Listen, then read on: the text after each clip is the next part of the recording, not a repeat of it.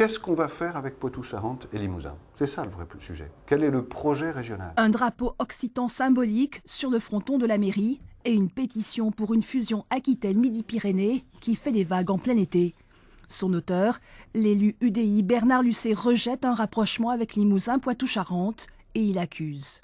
J'en veux à Alain Rousset, à la fois parce qu'il est président de notre région Aquitaine, mais aussi parce que comme président de l'Association des régions de France, il a été un des acteurs majeurs qui ont été consultés par le président de la République au moment de l'élaboration de cette loi.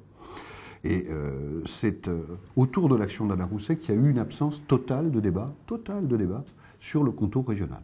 De son côté, le Conseil général, avec à sa tête le sénateur socialiste Pierre Camani, a demandé expressément à François Hollande de revoir sa copie.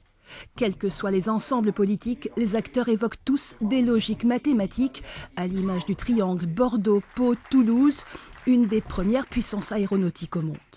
La Chambre de commerce et d'industrie, elle aussi, s'est prononcée pour une région sud-ouest, car les acteurs économiques ne sont pas en reste. Ce patron agenais numéro 1 de la façade vitrée industrielle en Aquitaine fait 40% de son chiffre d'affaires sur le territoire aquitain Midi-Pyrénées, un axe non seulement historique, mais stratégique pour lui. Dans mon esprit d'entrepreneur, il y a toujours eu un seul sud-ouest, puisque Agen est à la fois proche géographiquement de Toulouse, aussi bien de Toulouse ou Bordeaux. Et même si nous sommes en Aquitaine, nous avons aussi une ouverture vers le Toulousain et vers le développement économique qui a toujours été présent à Toulouse. Même combat dans l'agroalimentaire, où le label Sud-Ouest a également germé depuis longtemps. Nul doute que dans la vallée de la Garonne, la croisade est engagée avant que le projet de loi n'arrive au Sénat en septembre.